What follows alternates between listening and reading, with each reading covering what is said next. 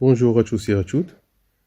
Alors, on va terminer avec le dernier exercice de l'examen national 2023, session normale, et l'étude de fonctions. Alors, on a une fonction f qui est définie sur 0 plus l'infini. Et comme première question, on nous demande de trouver une autre version de la fonction f, généralement pour simplifier le calcul des limites. Alors, on va faire ça. Donc, la première question, petit a. Donc, pour tout x appartenant au 0 plus l'infini, on a f de x qui est égal à 2 moins 2 sur x plus 1 moins ln de x au carré. Donc, la simplification qu'on peut faire, qui est généralement simple ici, c'est juste de distribuer cette identité remarquable. Donc, ça donne 1 moins 2 fois 1 fois ln de x plus ln de x au carré. Et de réduire au même dénominateur pour avoir le dénominateur qui est x. Alors 2 plus 1, ça fait 3. Donc c'est 3, on va réduire au même dénominateur, ça donne 3x, moins 2, moins 2x ln de x, plus x ln de x, le tout au carré, le tout ça sur x. Voilà, c'est l'expression demandée. Définie sur 0 plus l'infini. Question suivante, on nous demande de montrer que la limite en 0 plus l'infini de x est ln de x au carré. Il nous a dit donner une indication. On peut faire un changement de variable. Très bien. C'est une question un peu classique, même si parfois on l'a fait intuitivement et on dit que c'est 0, mais ça doit être montré. Alors la limite en 0 plus de x ln de x, le tout au carré, ln de x au carré. Alors, on va écrire le tout au carré, donc ça donne x à la puissance 1 demi, ce qui est racine de x, ln de x au carré. Si on veut faire le changement de variable qu'on nous a donné, donc on pose t est égal à racine de x, ce qui peut dire que si on veut x, donc c'est t au carré qui est égal à x. Donc la limite devient, donc c'est racine de, si x tend vers 0 plus, alors racine de x tend vers 0 plus, alors t tend vers 0 plus. Donc racine de x, ça devient t, et ln de x, ça devient ln de t au carré. Ça au carré. Donc ça devient, on sait que ln de t au carré est égal à 2 ln de t. C'est les propriétés de calcul de ln. Donc c'est 2t ln de t, le tout au carré. Alors 2 au carré c'est 4, et pour nous t ln de t c'est égal à 0. Donc 4 fois 0 c'est égal à 0. Car on a une limite usuelle qui est t ln de t, qui c'est égal à 0. Donc l'autre limite, c'est presque la même méthode. Montrer que en plus l'infini de ln de x au carré sur x est égal à 0. Donc on a la limite en plus l'infini de ln de x au carré sur x. Comme on a fait tout à l'heure, on va rassembler le tout au carré, donc ça donne ln de x sur racine de x, le tout au carré. On pose t est égal à racine de x, donc t au carré est égal à x. Puisque x tend vers plus l'infini, racine de x aussi tend vers plus l'infini, donc t tend vers plus l'infini. Donc ça devient pour ln de x, ça devient ln de t au carré. Et pour racine de x, ça devient t. Alors ça, le tout au carré. Comme tout à l'heure, ln de t à la puissance, je vais l'écrire ici, donc ln de t à la puissance n, c'est généralement égal à n ln, la valeur absolue de t. Mais puisqu'on a ici le t qui est envers plus l'infini qui est positif, donc c'est pas grave. Donc c'est 2 ln de t sur t, le tout au carré. Bien sûr que c'est égal à 0, puisque la limite usuelle de ln de t sur t, c'est égal à 0. Voilà pour la question 1b. On va passer à 1c. On nous demande de montrer que la limite en 0 plus de f de x est moins l'infini. Très bien. Donc la limite en 0 plus de f de x. Alors pour faire simple, on doit juste choisir la version la plus adéquate pour calculer la limite en 0 plus. Et pour la limite en 0 plus, on va utiliser la deuxième version qui est 3x moins 2 moins 2x ln de x plus x ln de x au carré, le tout sur x. Pourquoi cette version? Puisqu'on a une question précédente qui contient une expression, cette expression-là, et puisqu'on a une limite usuelle en 0 plus qu'on connaît déjà. Très bien, donc on va faire un calcul intuitif. Donc ça tend vers 0, puisqu'on l'a vérifié dans la question précédente. Ça tend vers 0, c'est une limite usuelle. Ça tend vers 0, c'est intuitif. Donc ça nous reste moins 2 sur x. Alors moins 2 sur 0 plus, moins un nombre négatif sur 0 plus, ça donne moins l'infini. On va écrire ça. Donc car la limite en 0 plus de x ln de x au carré est égale à 0, d'après la question précédente. La limite en 0 plus de x ln de x, ou moins 2x ln de x, ça donne 0 aussi. Et ça nous reste la limite en 0 plus de moins 2 sur x, qui est égale à moins l'infini. Alors on va faire une interprétation géométrique, c'est simple. Puisqu'on a la limite en 0 plus, x tend vers 0 plus, de f de x est égal à moins l'infini. Alors, c de f, bien sûr, admet une asymptote. Donc, on a une asymptote verticale qui n'est que l'axe des ordonnées. C'est la verticale d'équation. C'est une droite d'équation x est égal à 0. Bien sûr, juste à droite, puisque la fonction elle est définie juste à droite de 0. Très bien, donc la question suivante, on nous demande de calculer la limite en plus l'infini. La question D. Donc la limite en plus l'infini de f de x. Comme tout à l'heure, on doit juste choisir la version la plus adéquate pour nous faciliter le calcul. Moi, je vais prendre la première, puisque j'ai remarqué que c'est direct. Alors, c'est 2 moins 2 sur x plus 1 moins ln de x au carré. Donc ça, 2 sur l'infini, ça c'est égal à 0. 2 c'est 2. Alors, ln de x, c'est plus l'infini. En plus l'infini, c'est plus l'infini. Multiplié par le moins, c'est moins l'infini. Et moins l'infini au carré, ça donne plus l'infini. Alors ça donne plus l'infini.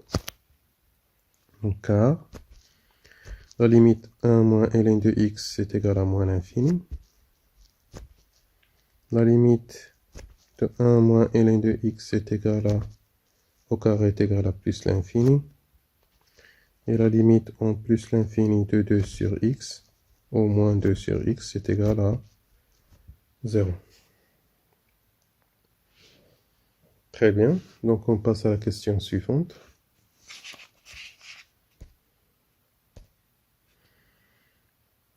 Déjà, on doit faire...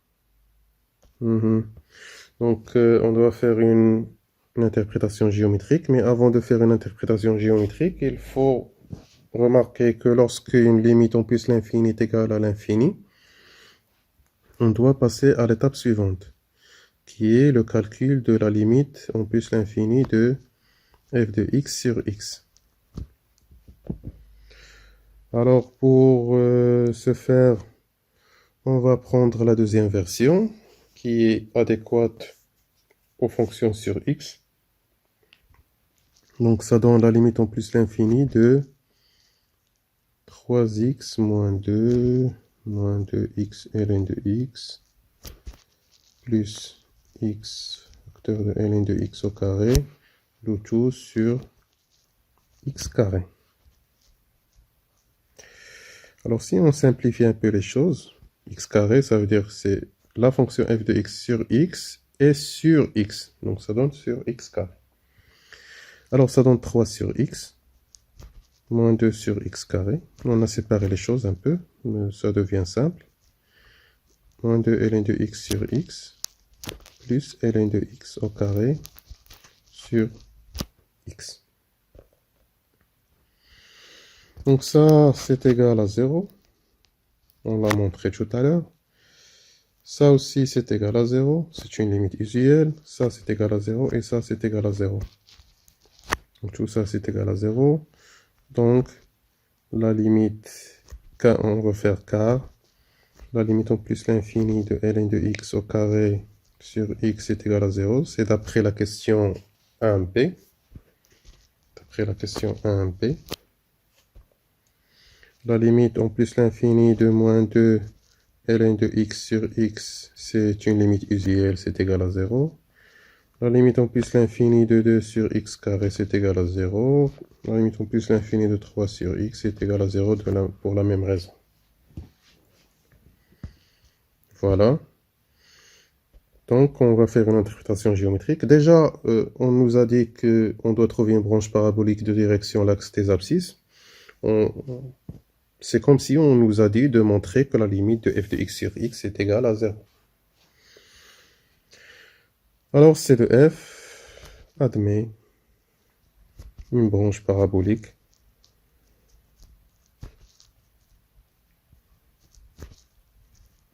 de direction l'axe des abscisses.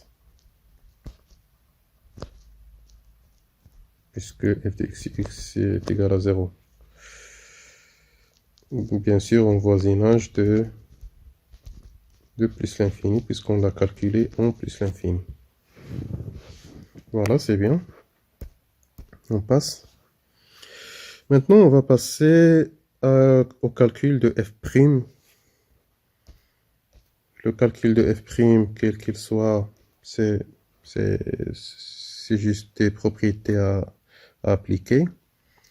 Donc, pour tout x appartenant à 0 plus l'infini, et je recommande de vérifier que la fonction, elle est dérivable. Elle est déjà dérivable sur 0 plus l'infini. C'est le cas, mais il faut déjà le mentionner. 2 sur x, c'est dérivable sur 0 plus l'infini. Ln de x, c'est dérivable sur 0 plus l'infini. Alors, la somme, il est dérivable sur 0 plus l'infini, ainsi de suite. Alors, on va calculer le f' de la fonction f.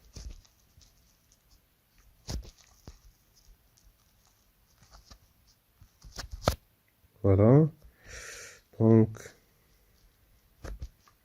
f' est égal, donc 2, la dérivée de 2, c'est 0. La dérivée de moins 2 sur x, ça donne 2 sur x carré. car vous savez que la dérivée de 1 sur x est égale à moins 1 sur x carré. C'est juste des propriétés à vérifier, à appliquer. Donc, ce qui est de 1 moins ln de x le tout au carré, c'est comme si on a f au carré prime. Donc, ça donne 2 fois f prime fois f. Donc, ça donne 2 fois ça prime. Donc, 1 moins ln de x prime. 1 prime, c'est 0. Moins ln de x, c'est moins 1 sur x. Fois la fonction, l'expression 1 moins ln de x à la puissance de moins 1, ça fait 1.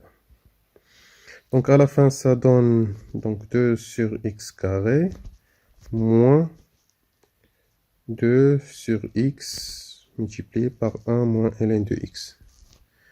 Ici, on veut réduire au même dénominateur, ça donne 2 moins 2x 1 moins ln de x. Le tout sur x carré. Ici, on factorise par 2.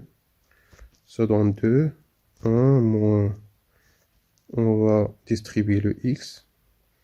1 moins x plus x ln de x sur x carré. Et c'est l'expression souhaitée.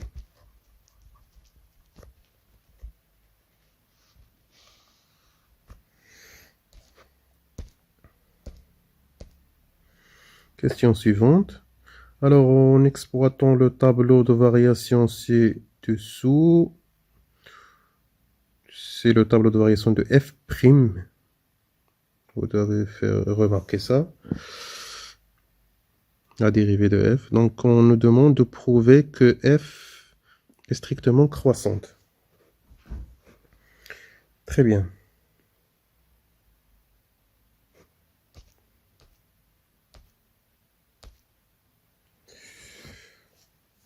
On a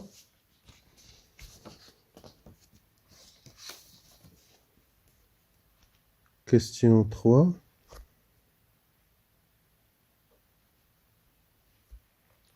On a le tableau suivant. Donc 0, 1, bêta plus l'infini. Et on a le tableau de variation de f' qui est décroissante jusqu'à 0. F' de bêta ici est décroissante jusqu'à 0 en plus infini. Très bien. Donc, on peut remarquer une chose, c'est que pour nous, f',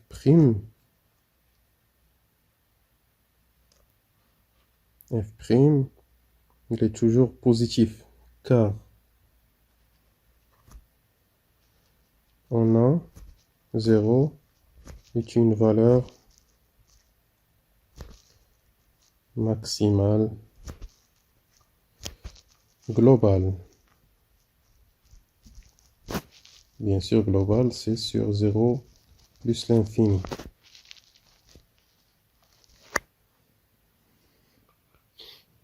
On peut le remarquer simplement, c'est pas... On peut dire cela que f' de 0,1 c'est égal à 0 plus l'infini. Donc c'est positif. F' de 1 bêta c'est égal à 0 f' de bêta.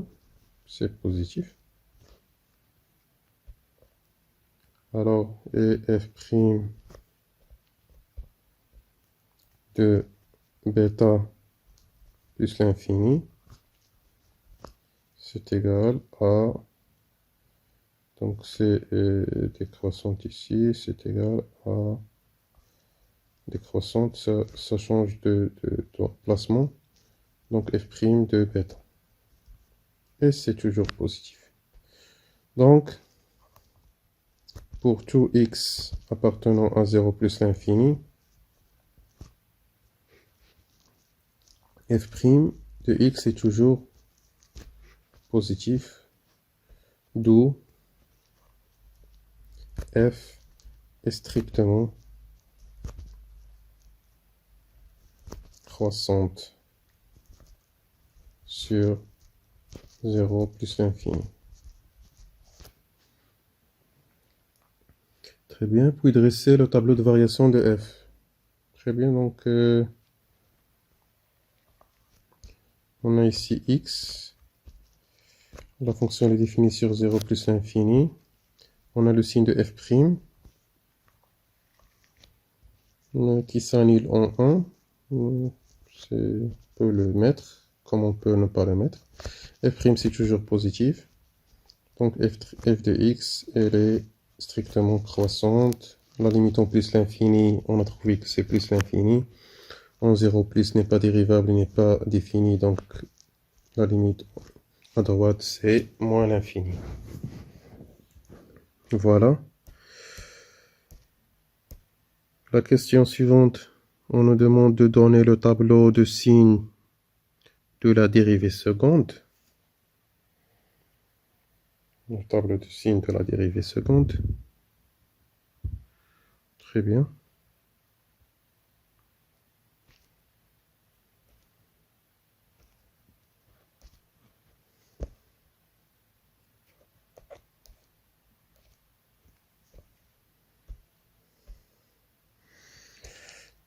Donc, question B. On a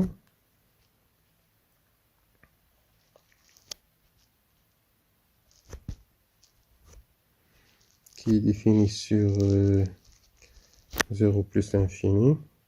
On remarque que d'après le tableau de variation de f', donc la fonction elle est décroissante, ça veut dire que sur 0,1, f seconde elle est négative.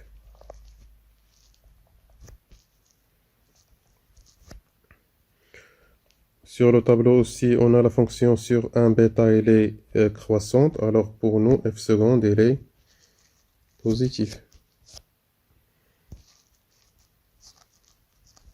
Et on a f' qui est décroissante, alors elle est négative. On a fait, c'est comme si on fait ça avec f et f'. Lorsqu'on a f' et f. Donc lorsqu'on a les signes de plus croissante et lorsqu'on a moins, c'est décroissante. Là, c'est la même démarche. On a ici f', donc on doit avoir le signe de f seconde. C'est le signe de f seconde qui peut déduire les variations de f'. Voilà. Donc,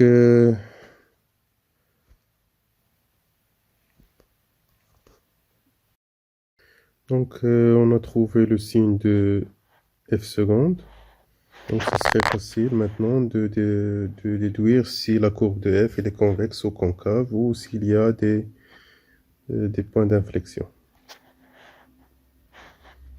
Donc, question C. Donc, on a pour tout x appartenant, ou on peut dire sur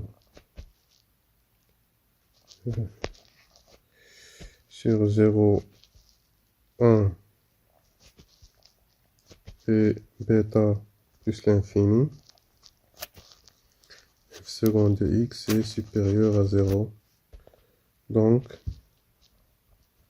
C de f est convexe sur ces deux intervalles.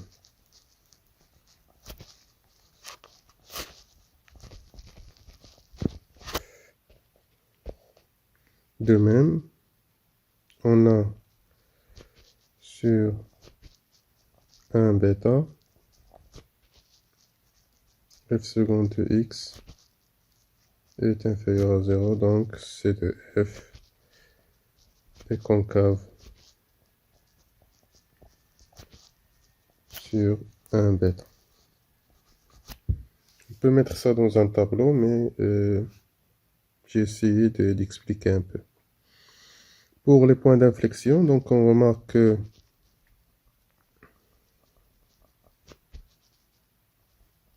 f seconde s'annule et change de signe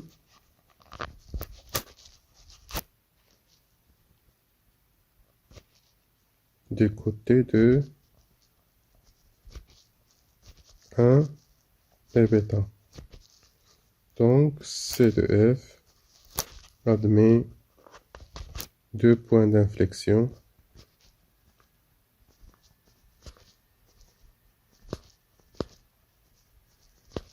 qui sont d'abscisse, bien sûr, d'abscisse 1 et bêta. Voilà pour cette question C. Alors on passe à la question suivante, question 4.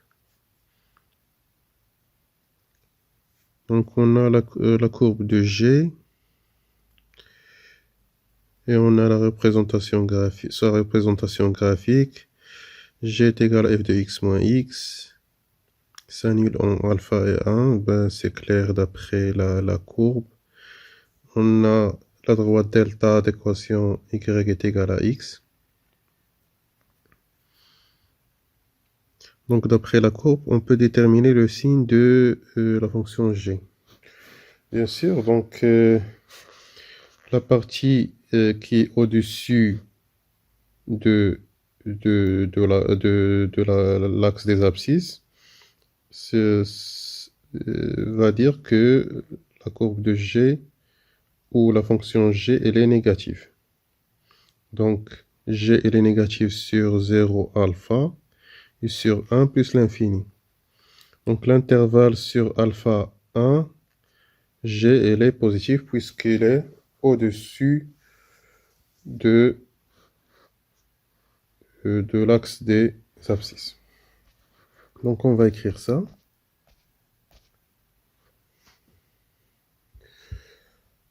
Donc, question 4a.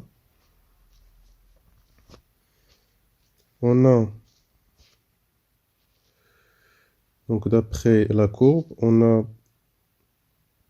g de x est inférieur ou égal à 0 sur les intervalles qui sont 0 alpha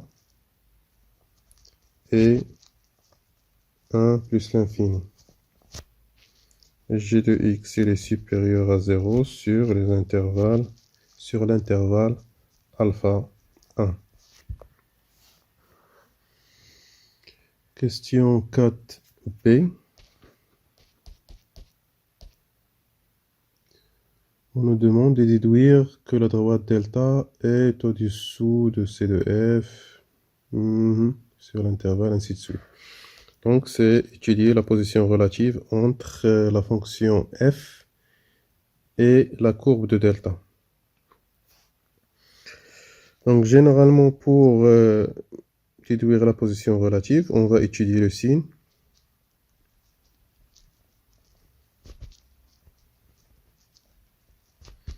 De f de x moins y, c'est-à-dire le signe de f de x moins x, puisque y est égal à x, la droite delta. On sait que g de x est égal à f de x moins x, et on a déjà étudié le signe de g de x. Donc, pour tout x appartenant à l'intervalle 0 alpha et pour tout x appartenant à l'intervalle 1 plus l'infini, donc g de x il est inférieur à 0, donc f de x moins x est inférieur à 0, donc f de x est inférieur à x. Ça, on peut déduire donc la courbe de delta, puisque x est supérieur à f de x, alors la courbe de delta est au-dessus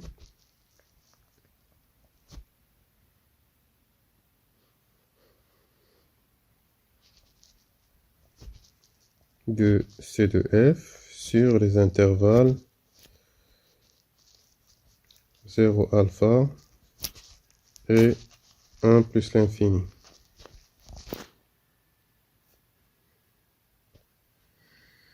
Et pour tout x appartenant à l'intervalle alpha 1, on a trouvé que g de x est supérieur à 0, donc f de x moins x est supérieur à 0, donc f de x est supérieur à x. Ou dire que x est inférieur à f de x. Donc, delta est tout dessous de la courbe de f sur l'intervalle alpha 1. Voilà, c'est simple. On passe à la question suivante.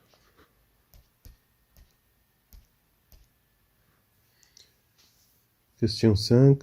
On nous demande de construire la courbe de f.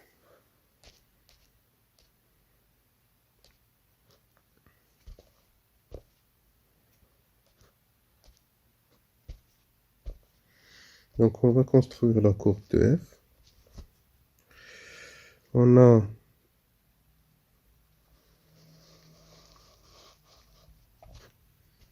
un repère au IJ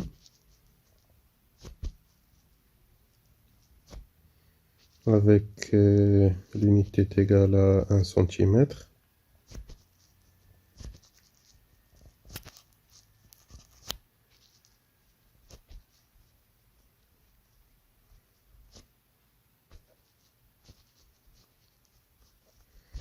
Très bien. Donc, la fonction f elle est définie sur 0 plus l'infini. Donc, on peut dire que la courbe va être juste de 0 à plus l'infini. On a x est égal à 0 est une asymptote à droite. On sait que la fonction elle est croissante, donc f elle est croissante. Donc puisqu'il est croissante et il y a une asymptote x est égal à 0, alors elle va monter par ici. Quoi encore? On a su que f' s'annule en 1. Donc il y a ici s'annule en 1. Et on sait que l'image de 1, si on peut la calculer, ça donne 1.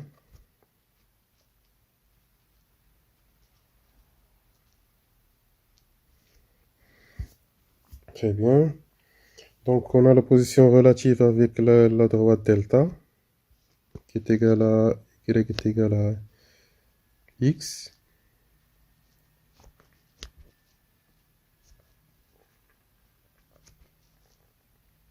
On va la tracer. On a alpha qui est égal à 0,3. C'est presque ici.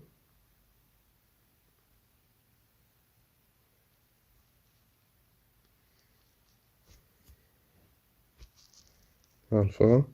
Bêta est égal à 4,9. C'est presque ici.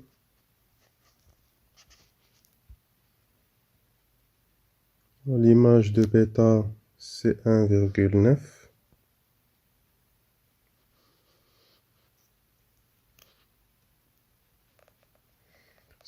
Ici, il y a des points d'inflexion sur bêta et sur 1. Donc la fonction, elle est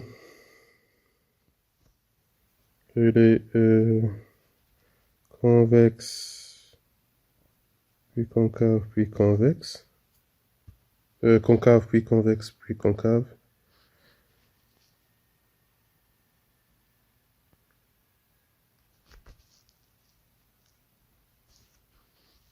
Donc ici, la fonction devient au-dessus de la courbe delta est égale à y est égale à x. Donc la fonction elle est croissante.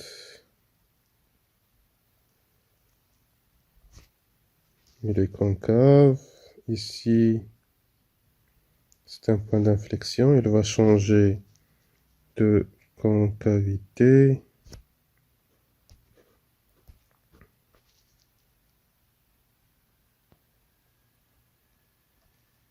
Ici, il est convexe. Puis, on sait qu'il y a une branche parabolique de direction l'axe des abscisses, ce qui donne ça. Donc, c'est presque ça. On passe à la question suivante.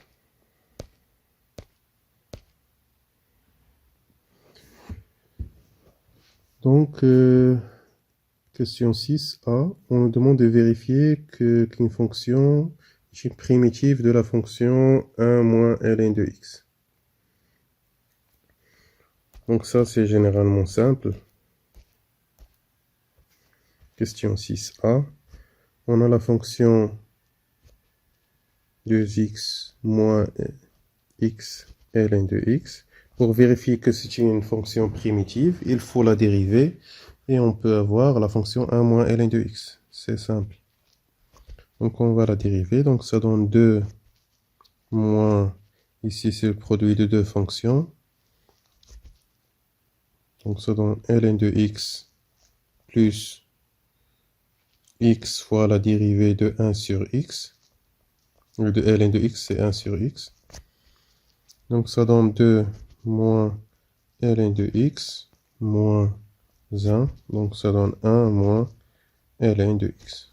Alors c'est vrai que 2x moins x ln de x est une primitive de 1 moins ln de x sur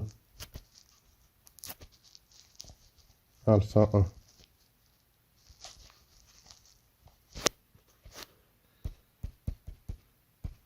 Très bien, la question B.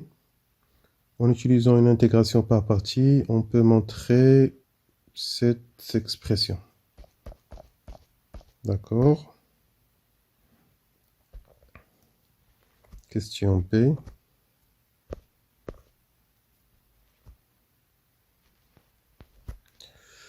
On a l'intégrale suivante.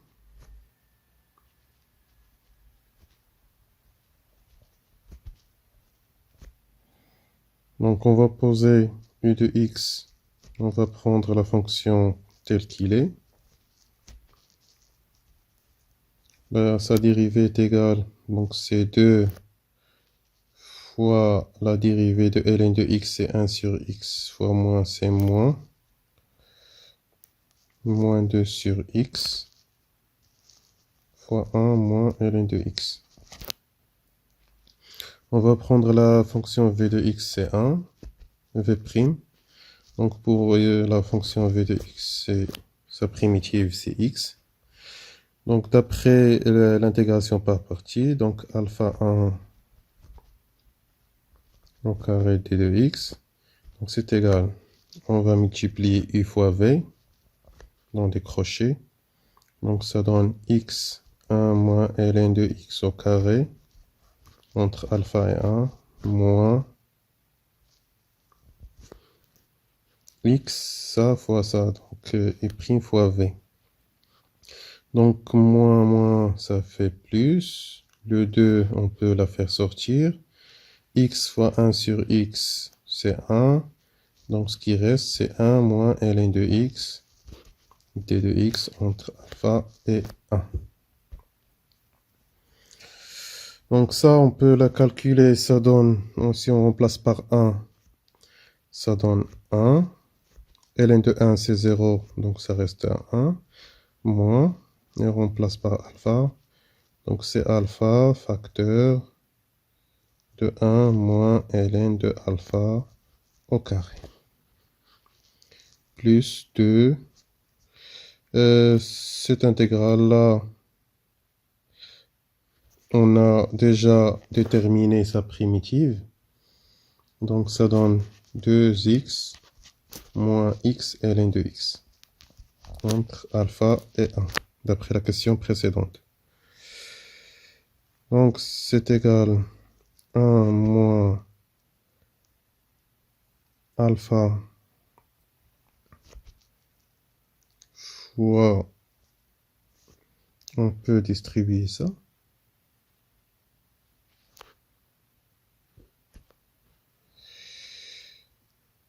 D'accord, donc c'est 1 moins 2 ln alpha plus ln de alpha au carré. Plus, on va remplacer par le 1, ça va donner 2. ln de 1 c'est 0, donc ça reste un 2. Moins, on va remplacer par alpha, c'est 2 alpha moins alpha ln de alpha. On va faire un peu le ménage, donc 1 moins alpha plus 2 alpha ln de alpha moins alpha ln de alpha au carré plus 4 moins 4 alpha plus 2 alpha ln de alpha. Donc pour arriver à l'expression qu'on nous a demandé, donc on a 1 plus 4, ça fait 5. Moins, donc moins alpha moins 4 alpha, ça fait moins 5 alpha. Très bien, donc plus 2 alpha ln de alpha plus 2 alpha ln de alpha, ça fait 4 alpha ln de alpha moins alpha ln de alpha au carré. Si on prend ça, on peut factoriser par 5, ça donne 5, 1 moins alpha, tout simplement. Et ici, si on factorise par 4 et par alpha, et on factorise aussi par ln de alpha, donc alpha, et on factorise aussi par ln de alpha, ça reste un 4 moins ln de alpha. Voilà, c'est l'expression qui est demandée. Donc la question suivante, on nous demande de déduire la fonction en fonction de alpha, l'aire de la partie, très bien délimitée par C de F, l'axe des abscisses et les droites x alpha et x est égal à 1. Ça, c'est juste par définition. Donc question C. Donc pour calculer l'aire demandée, c'est l'intégrale entre alpha et 1 de la valeur absolue de f de x, d de x. Et puisque sur l'intervalle alpha 1, vous pouvez remarquer que f de x il est supérieur à 0. Bien sûr, il est supérieur à 0. Donc, on peut enlever la valeur absolue, ça donne alpha 1 de la fonction f de x. Alors, la fonction f de x, c'est la fonction qui est de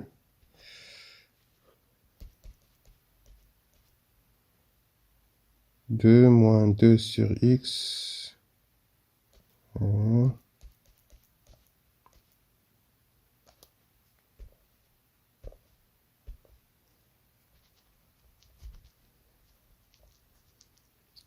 plus 1 moins ln de x au carré t de x.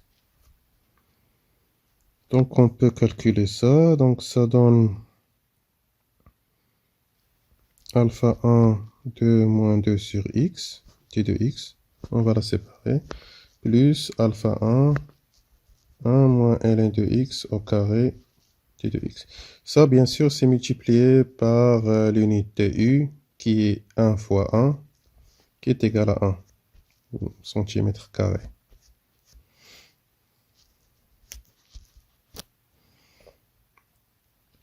Donc, la primitive de 2, c'est 2x.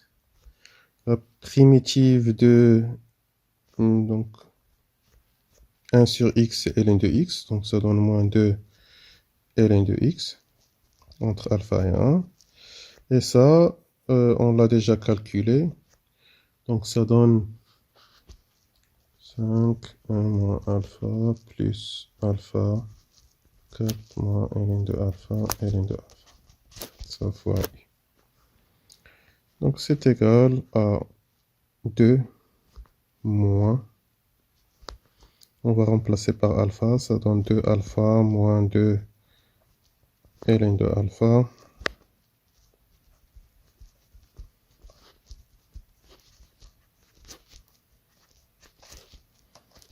Ainsi de suite. Vous pouvez simplifier si vous voulez. Très bien. Donc, la dernière partie, c'est la partie des suites. On a une suite un définie, u0 appartient à alpha 1, un plus 1 est égal à f de un. Donc, c'est ce qu'il y a de plus classique, c'est pas très difficile. Donc, on a la suite u0 qui appartient à alpha 1 et un plus 1 qui est égal à f de un. Question A, on nous demande de montrer que un est comprise entre alpha et 1.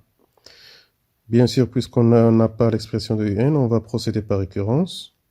On va voir pour u0.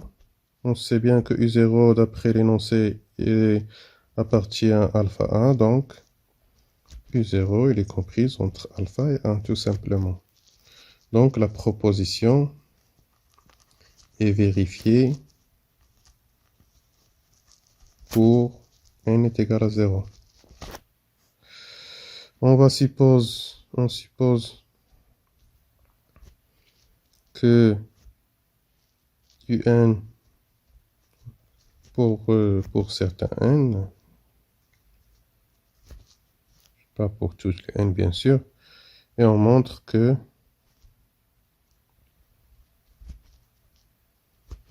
un plus 1 aussi, elle est comprise entre alpha et 1. Très bien, d'après les suppositions, on a supposé que un est comprise entre alpha et 1. Puisque f est une fonction qui est strictement croissante sur l'intervalle alpha 1, on peut faire intégrer le f dans tous les côtés de l'inégalité. Donc f de alpha, f de 1. f de un, ce n'est que un plus 1. f de 1, on l'a déjà calculé, c'est égal à 1. Pour f de alpha, donc on peut faire simple et voir que la fonction g s'annule en alpha. C'est égal à f de alpha moins alpha, c'est égal à 0. Donc f de alpha, c'est égal à alpha. Ça, c'est égal à alpha. C'est le résultat souhaité. Alors, d'après le raisonnement par récurrence, alors pour tout n appartenant à n, un est comprise entre alpha et 1. Question suivante. On demande de montrer que un est croissante. Ça aussi, c'est simple et classique. On a pour tout x appartenant à l'intervalle alpha 1, on a su que que g de x c'était donc sur l'intervalle alpha 1,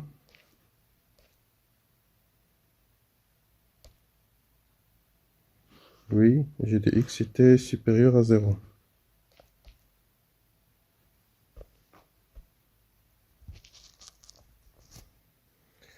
Donc, g de x qui est f de x moins x qui était supérieur à 0, donc f de x elle est supérieure à x. Et puisque un peut vérifier la propriété qu'il appartient à alpha 1, puisqu'il est compris entre alpha et 1, donc on peut remplacer le x par un, donc f de un est supérieur à un. Et f de un, ce n'est que un plus 1. Et puisque un plus 1 est supérieur à un, alors un est croissante. Dernière question. On nous demande de montrer que la suite converge et de calculer la limite. Très bien. Donc, C, on sait pourquoi elle converge. Donc, on a un est croissante et majorée par, bien sûr, par 1, d'après, puisqu'on a un inférieur à 1. Donc, un converge. Donc, pour vérifier qu'il a une limite finie et que les conditions sont réunies, donc la première condition que f soit continue, la fonction f soit continue sur l'intervalle alpha 1. Deuxième condition, on a u0 qui appartient à alpha 1. On a f de alpha 1. On peut vérifier simplement que c'est inclus dans alpha 1. C'est même, c'est égal, on l'a calculé tout à l'heure. Voilà, on a dit que un converge, donc la limite de un est la solution de l'équation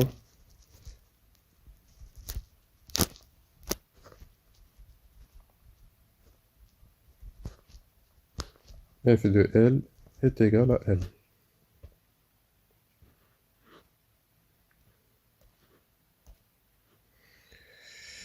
Donc f de L est égal à L.